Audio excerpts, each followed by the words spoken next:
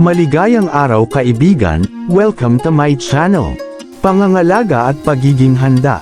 Unang Pedro 5 verse 1 to 11.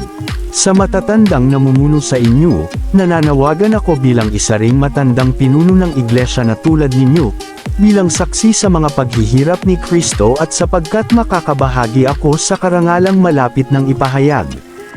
Pangalagaan ninyo ang kawan ng Diyos na ipinagkatiwala sa inyo.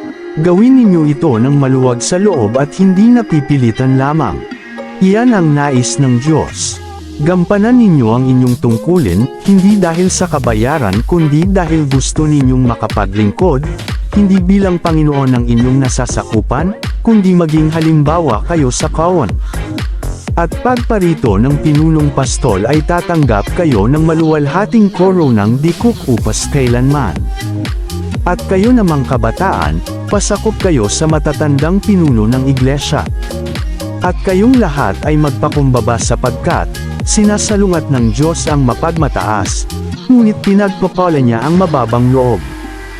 Kaya nga, pasakop kayo sa kapangyarihan ng Diyos at dadakilain niya kayo pagdating ng takdang panahon. Ipagkatiwala ninyo sa Kanya ang inyong mga alalahanin sa buhay sapagkat Siya ay nagmamalasakit sa inyo. Maging handa kayo at magbantay. Ang dyablo, ang kaaway ninyo, ay parang liyong umuungal at aali-aligid na naghahanap ng malalapa. Labanan ninyo siya at magpakatatag kayo sa inyong pananampalataya sa Diyos.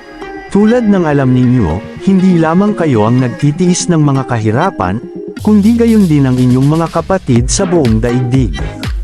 Pagkatapos ninyong magtiis sa loob ng maikling panahon, ang Diyos, na siyang pinanggagalingan ng lahat ng pagpapala, ang siyang magbibigay sa inyo ng kagalingan, katatagan, at lakas ng loob at isang pundasyong di matitinag.